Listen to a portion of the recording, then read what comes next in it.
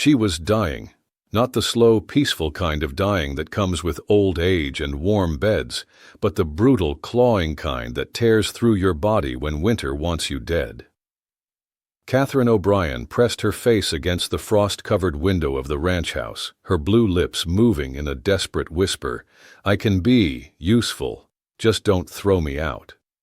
The year was 1897, and she had been running for 6 weeks through the Montana Territory, with nothing but the clothes on her back and a scandal chasing her like a pack of wolves. Now, with frostbite eating her fingers and her last breath forming ice crystals in the air, she was about to break into a stranger's home because the alternative was freezing to death in a snowbank before dawn. The blizzard had been raging for 4 straight days, the kind of storm that turned men into legends and legends into corpses. Through the white fury, she could see him moving inside, a tall, broad-shouldered silhouette that belonged to Dalton Cross, the loneliest man in all of Montana. They called him the Ghost Rancher, the widower who hadn't spoken more than 10 words to another human being since his wife and baby died 10 years ago, but Catherine didn't care if he was a saint or a savage. She was 19 years old, hadn't eaten in 3 days, and couldn't feel her feet anymore. He was her last hope, and she was about to find out if mercy still existed in this frozen corner of hell. Before I take you into this incredible story of survival and the kind of kindness that changes everything, I need to know something. Where in the world are you watching this from right now? Are you cozy and warm in your living room in Texas, shivering in a cabin in Alaska? Maybe you're on the other side of the planet, bundled up in London or Sydney. Drop your location in the comments below and hit that subscribe button because we're a family here, and I love knowing that these stories connect us across every continent and time zone. Now, let me tell you what happened when a desperate woman's plea shattered the silence of the loneliest ranch in America. Catherine had been a governess just 6 weeks earlier, employed by the wealthy Pemberton family in Chicago, trusted with their 3 precious children and their spotless reputation. She had a comfortable room in their mansion, fine dresses, and a future that looked as secure as the railroad bonds in Mr. Pemberton's safe. But comfort has a way of turning into a trap when the wrong man decides he wants what isn't his.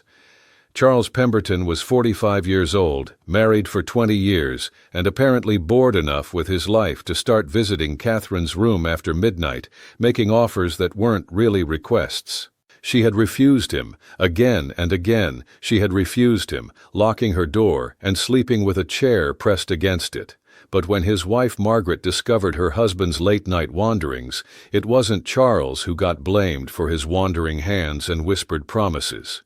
It was Catherine who got branded the seductress, Catherine who got accused of using her feminine wiles to corrupt a decent married man. The truth didn't matter.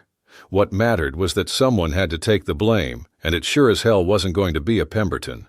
They threw her out on a December morning when the wind was sharp enough to cut glass. No references, no final pay, just accusations that followed her from boarding house to boarding house like a disease. Fallen woman, they called her. Homewrecker. Scarlet woman who preys on decent families. The lies grew bigger with each telling, until she wasn't just a governess who had refused her employer's advances. She was a calculating temptress who specialized in destroying marriages for profit.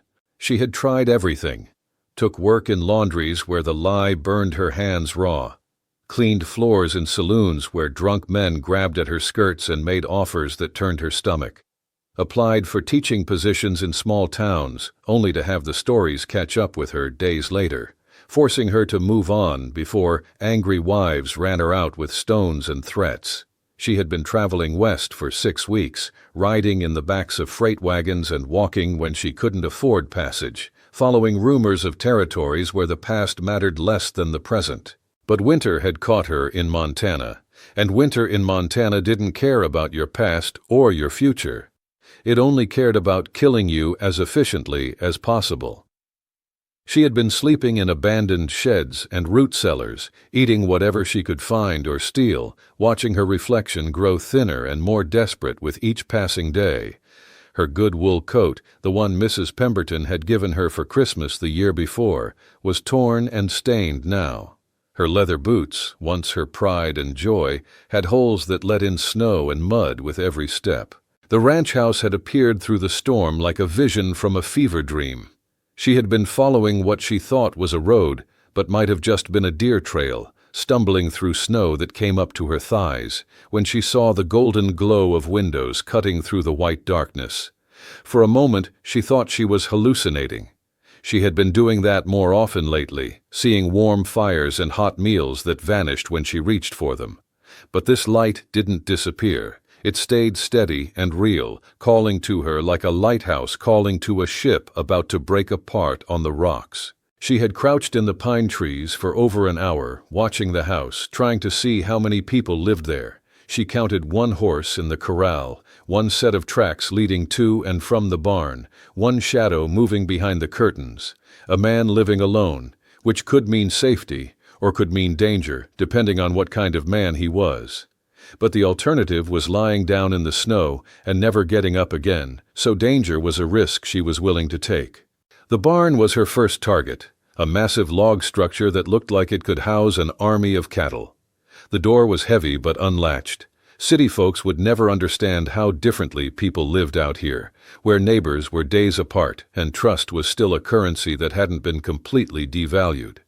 She slipped inside and immediately felt the blessed relief of walls blocking the wind. The interior was warm with the presence of cattle and horses, their large bodies generating heat that felt like heaven after hours in the killing cold. She found a pile of fresh hay in an empty stall and burrowed into it like a desperate animal, pulling the golden stalks around her body for insulation. For the first time in days, she wasn't actively dying. She could feel her fingers again, could wiggle her toes inside her ruined boots. The animals ignored her completely, which was more kindness than she had received from most humans lately. She might have fallen asleep there, might have been content to spend the night buried in hay like some kind of barn cat, but the sound of approaching footsteps sent terror shooting through her body like electricity. The door opened with a groan that seemed to echo in her bones. She heard his voice first, low and rough, talking quietly to his animals as he moved among them with the easy confidence of a man who had been doing this work for decades. She pressed herself deeper into the hay, trying to become invisible, but she knew it was pointless. He was checking every stall, every corner, and it was only a matter of time before he found the frozen stranger who had invaded his sanctuary. When he appeared at the entrance to her hiding place, lantern held high, Catherine felt her heart stop beating. Dalton Cross was exactly what she had expected, and nothing like what she had feared. He was tall and lean, probably in his late 30s, with dark hair going silver at the temples and lines around his eyes that spoke of years spent staring into sun and distance. He wasn't handsome in the polished way of city men, but there was something solid about him, something that suggested he was a man who kept his word and meant what he said. "Please," she whispered, the words scraping her throat like broken glass. "I can be useful. I can cook, clean, mend clothes, teach children, keep books. I can do anything you need. Stay quiet, work hard, just don't throw me out. I'll die out there, and I know you're not the kind of man who wants a woman's death on his conscience." The words tumbled out of her in a desperate rush, every skill she possessed, every reason she could think of for him to let her live. She watched his face carefully, looking for signs of anger or disgust, or the kind of calculation that meant he was thinking of ways to use her desperation against her. Instead, she saw something that looked almost like recognition, as if he understood exactly what it felt like to be at the end of hope, with nowhere left to run.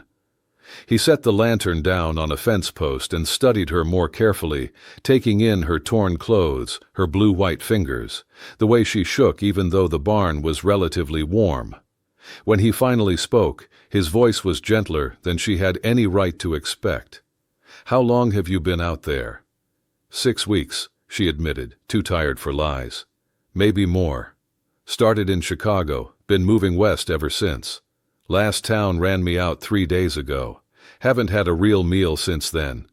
He nodded slowly, like a man who understood that sometimes life pushed people past the point where pride mattered more than survival. "What's your name?"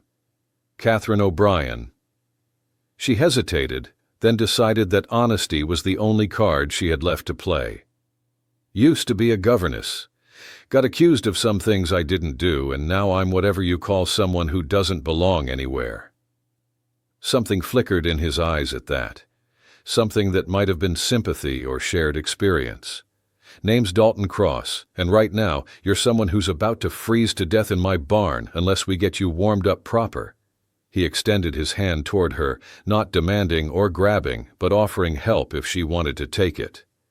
His palm was rough with calluses, warm despite the cold, and when she accepted his assistance and he pulled her to her feet, she nearly collapsed as blood rushed back into legs that had been folded too long.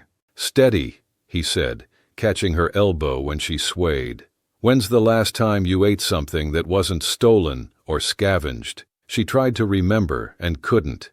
The days had blurred together into one long nightmare of hunger and cold and the constant fear of being discovered.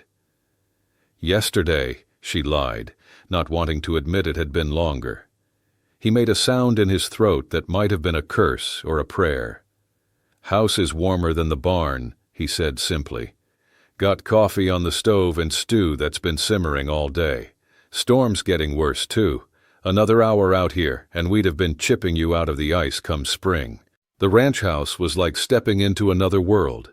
Not fancy. Everything about Dalton Cross suggested he was a man who valued function over form, but clean and warm and solid in ways that made Catherine want to weep with relief. The main room centered around a massive stone fireplace where flames danced behind heavy iron grating, casting golden light across walls lined with more books than she had seen outside of libraries. Real books, leather-bound and well-read, the spines worn smooth by years of handling. He settled her in a wooden chair close to the fire and disappeared into what she assumed was the kitchen. She could hear him moving around, the clink of dishes, the scrape of a ladle against a pot. When he returned, he carried a bowl of beef stew that smelled like salvation and a tin cup of coffee so hot it sent steam curling toward the ceiling beams. "Slow," he warned when she started to attack the food like a starving animal. "You haven't eaten in days. Your stomach's probably shrunk down to nothing. Too much too fast and you'll just bring it right back up." She forced herself to eat carefully, taking small bites and chewing slowly, even though every instinct screamed at her to devour everything in sight. The stew was rich and thick, full of tender beef and vegetables that had been cooked until they melted on her tongue. The coffee was strong enough to wake the dead, bitter and perfect, and warming her from the inside out. With each spoonful, each sip, she felt more human and less like the desperate creature she had become. He sat across from her in a leather chair that looked like it had been shaped by years of use, not speaking, just watching her eat with those steady eyes. When she finished the bowl, he took it without comment and returned with another portion, smaller this time, along with a thick slice of bread that had been baked that morning. "Better?" he asked when she finally set down the spoon. She nodded, not trusting her voice to remain steady. Better didn't begin to describe it. She felt like someone had just pulled her back from the edge of a cliff, like she had been drowning and someone had finally thrown her a rope.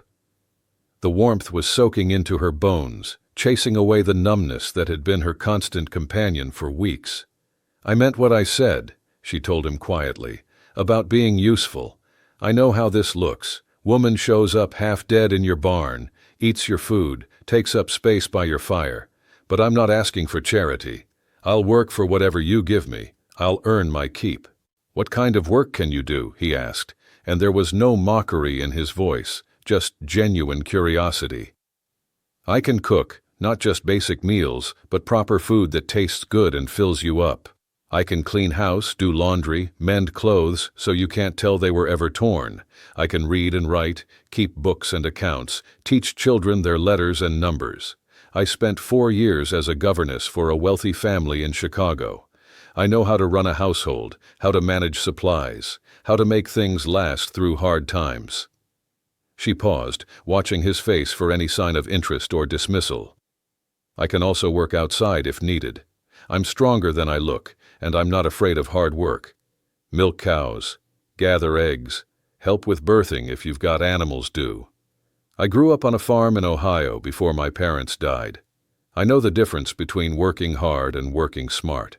Dalton leaned back in his chair, studying her with those unreadable eyes. "What are you running from, Catherine O'Brien?" The question she had been dreading, asked in a tone that suggested he already knew the answer wouldn't be simple. She could lie, spin some story about family troubles or bad luck, but something in his manner demanded honesty, and honestly, she was too tired for elaborate deceptions. "I was employed by the Pemberton family in Chicago," she began, her voice steady despite the shame that always came with this story. "Charles Pemberton, the father, he started visiting my room at night, making offers, making promises, making it clear that refusing him would be unwise for my continued employment." Dalton's expression didn't change, but something sharpened in his eyes. "Did he force himself on you?" "No," she said quickly. "I managed to avoid that, but just barely. I locked my door, slept with furniture pushed against it, made it clear that I wasn't interested in his propositions. But his wife found out about his midnight visits, and instead of blaming her husband for his wandering hands, she decided it was all my fault. Said I had seduced him, that I was using my feminine wiles to destroy her marriage." The words came easier now, like poison being drawn from a wound. "She threw me out without references, without final pay, but not before she made sure everyone in their social circle knew what a dangerous woman I was. The story followed me everywhere I went, getting bigger and more twisted with each telling. I wasn't just a governess who had refused her employer. I was a homewrecker, a scarlet woman who specialized in destroying families for money." She looked down at her hands, still red and chapped from the cold. "I tried to find work, any kind of work, but the stories always caught up with me. I've been traveling west for 6 weeks, hoping to find somewhere the past doesn't matter as much as the present. But winter caught me here in Montana, and winter doesn't care about your reputation or your plans." Silence filled the room like smoke from the fireplace. Dalton stared into the flames, his jaw working slightly as he processed her story. Catherine braced herself for the questions that would follow, the doubt that would creep into his eyes, the slow withdrawal of the kindness he had shown her. Instead, he surprised her. "So you lost everything for doing the right thing." She blinked, not sure she had heard correctly. "What? You refused a man who was trying to use his power to force you into his bed. You chose your principles over your security. And for that, they destroyed your life and ran you out of civilization." His voice was matter-of-fact, as if he was stating something obvious. "Sounds to me like you did exactly what a decent person should do." Catherine felt tears prick at her eyes, the first tears she had allowed herself since leaving Chicago. "Most people don't see it that way." "Most people are idiots," Dalton said bluntly. "They'd rather blame the woman than admit that men they respect are capable of being predators. Easier to call you a temptress than to acknowledge that their friend or neighbor or business partner is the kind of man who threatens women for sport." He stood up slowly, favoring his left leg slightly, and walked to the window. Outside, the storm was getting worse, wind howling like a living thing, and snow piling against the glass in thick drifts. "Winter's got another 2 months left in it," he said without turning around. "Storm like this might keep us snowed in for weeks at a time. You can stay until spring, work for your keep like you offered, but come thaw, when the roads open up and people start moving through again, you'll need to figure out what comes next." The relief that flooded through her was so intense, it made her dizzy. "Thank you," she whispered. "You won't regret this, Mr. Cross. I'll work harder than any hand you've ever hired." He turned back to face her, and something that might have been a smile touched the corners of his mouth. "Call me Dalton, and fair warning, I'm not easy to work for." I like things done right the first time, and I don't have much patience for complaints or excuses. This isn't a charity operation. You'll earn every bit of food and shelter I provide." "I wouldn't want it any other way," Catherine said, meaning every word. The days that followed established a routine that felt both foreign and familiar. Catherine rose before dawn to stoke the fires and start breakfast, her body protesting every movement at first as it recovered from weeks of abuse and neglect. But gradually, as proper food and consistent warmth worked their magic, she began to feel human again. Her hands stopped shaking, her color returned, and the desperate edge that had driven her for so long began to soften into something approaching peace. Dalton was a man of few words, but those words carried weight. When he said breakfast should be ready at 6, he meant 6 exactly, not 5 minutes after. When he asked her to mend a shirt, he expected it to be done properly, with stitches so small they were nearly invisible, and repairs that would last for years. He didn't praise her work often, but when he did, his approval felt more valuable than the elaborate compliments she used to receive from the Pemberton family. She learned about him gradually, in fragments revealed during shared meals or while working side by side in the barn. He had been married once, to a woman named Sarah, who died in childbirth along with their son. The tragedy had broken something in him, driven him to this isolated existence where he didn't have to risk caring about anyone again. He had built the ranch with his own hands, every board and beam placed with the precision of a man who had nothing but time and the need to stay busy. The house reflected his solitary life, functional rather than comfortable, clean but austere, with few decorations beyond the books that lined the walls. But Catherine began to change that, in small ways that she hoped he wouldn't notice.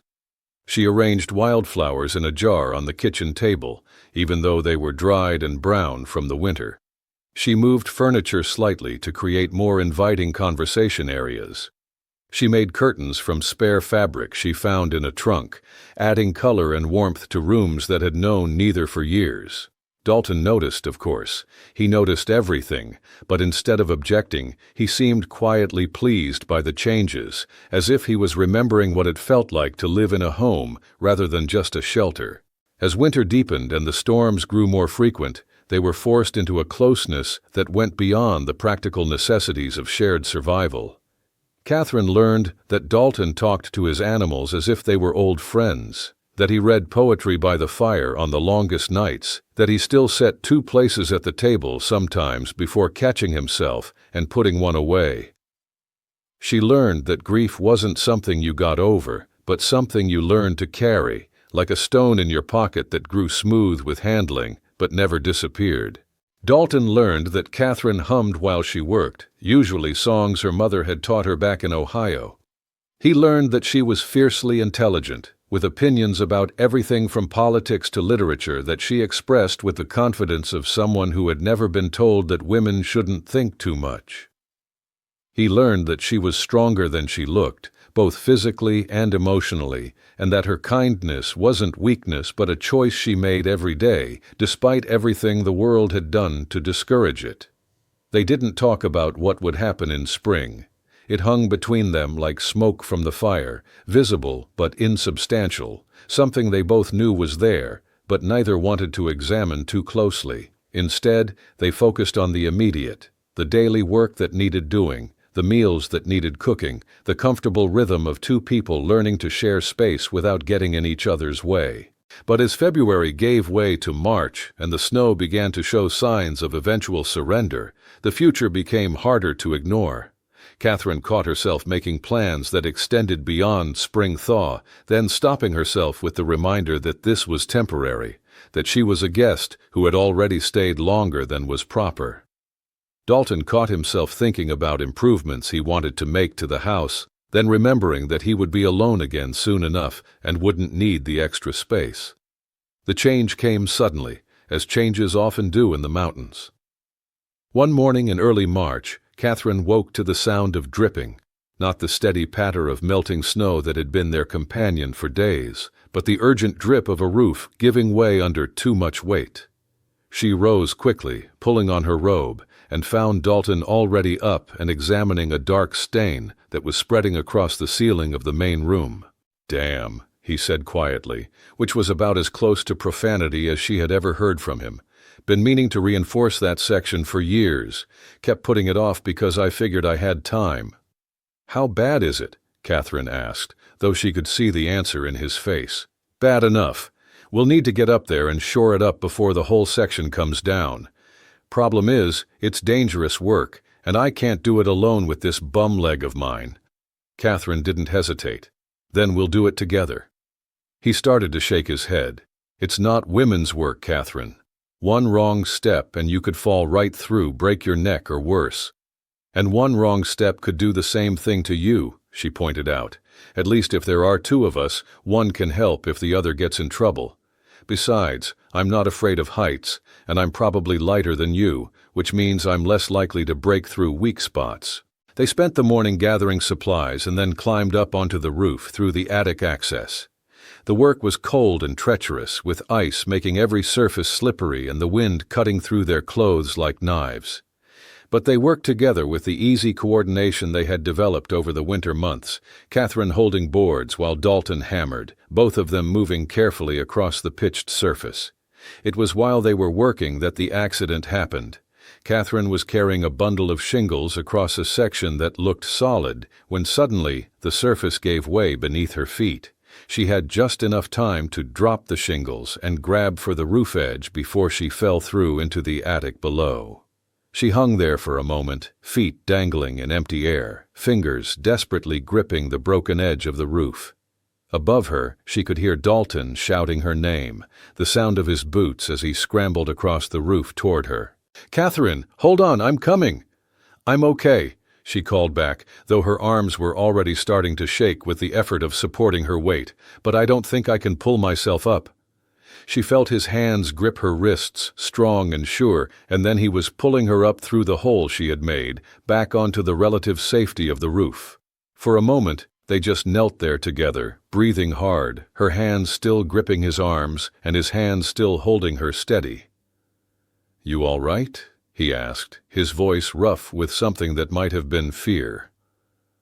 "I'm fine," she said, though her heart was beating so fast she could barely speak. "Just startled." They looked at each other for a long moment, and Catherine realized that something had changed in that instant when she nearly fell. Not just the adrenaline of shared danger, but something deeper, something that had been building between them all winter and had finally crystallized into recognition. "Catherine," Dalton said quietly, his hands still holding her arms. "I know," she whispered. "I know." That evening, as they sat by the fire trying to warm up, Catherine finally said what had been building in her heart for weeks. "I don't want to leave in spring." Dalton looked up from the book he had been pretending to read. "Catherine ... I know what you're going to say, that this is temporary, that I need to think about my future, that a woman can't just stay on a bachelor's ranch without causing talk. But I don't care about the talk, Dalton. I care about this." She gestured around the room, but they both knew she meant more than just the house. "I care about what we've built here." "What have we built?" he asked quietly. "A home," she said simply. "A partnership. A life that works. I know it's not conventional, and I know people will have opinions about it. But I also know that I've never been happier or felt more useful than I have these past few months." Dalton set down his book and looked at her with those steady eyes. "You're young, Catherine. You have your whole life ahead of you. You could teach, travel, marry someone who could give you a proper home in town with neighbors and society, and all the things a woman your age should want. And what if what I want is this? What if what I want is you?" The words hung in the air between them like a challenge. Catherine felt her cheeks burn with embarrassment at her boldness, but she didn't take the words back. She had spent too many months learning to speak her truth to start hiding from it now. "You don't know what you're saying," Dalton said, but his voice lacked conviction. "I know exactly what I'm saying. I'm saying that I love the way you talk to your animals like they're old friends. I love the way you read poetry by the fire and think I don't notice. I love the way you've never once made me feel like a burden or a charity case, even when I showed up half dead in your barn." She took a breath, gathering her courage. "I'm saying that I've fallen in love with you, Dalton Cross, and if you'll have me, I'd like to stay and be your partner in all the ways that matter." For a long moment, he just stared at her, his expression unreadable. Then he stood up slowly and walked to the window, looking out at the snow that was already beginning to melt in the afternoon sun. "You don't know what you'd be signing up for," he said quietly. "Life out here is hard, Catherine. Isolated, lonely, even with two people. When things go wrong, and they will go wrong, there's no one to call for help but each other." "I know all that," Catherine said. "I've been living it for 3 months. 3 months isn't a lifetime, no, but it's long enough to know what I want." She stood up and crossed to where he stood by the window. "Dalton, look at me." He turned, and she saw in his eyes all the longing he had been trying to hide, mixed with fear and doubt, and the kind of careful hope that comes from having been hurt before. "I'm not Sarah," she said gently. "I can't replace her, and I wouldn't try to. But I'm here, and I'm real, and I'm choosing this life with you because it's the best life I can imagine." Dalton reached up and touched her face, his calloused fingers gentle against her cheek. "You're sure about this? Really sure? Because once you commit to this life to me, there's no going back to the world you came from." "I don't want to go back," Catherine said firmly. "I want to go forward, with you." He studied her face for a long moment, searching for any sign of doubt or uncertainty. When he found none, he leaned down and kissed her, gentle at first, then deeper as she responded. It was a kiss that tasted like promises and new beginnings, like the kind of love that chooses to bloom even in the harshest soil. When they finally broke apart, both of them were breathing hard. "All right then," Dalton said, his voice rough with emotion. "All right, but we do this proper. I'll ride into town tomorrow, talk to the preacher.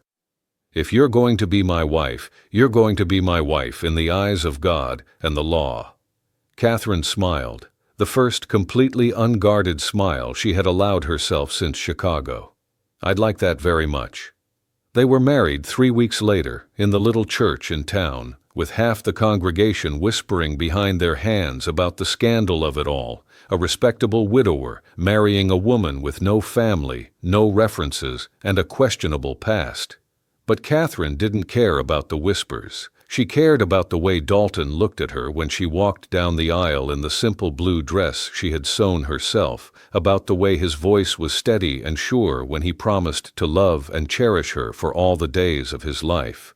The years that followed weren't easy, but they were good.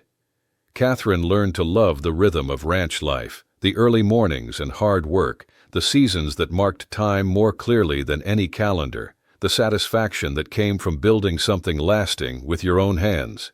She and Dalton worked side by side through harsh winters and brief summers, through cattle drives and calving seasons, through the 100 small crises that make up a life lived close to the land.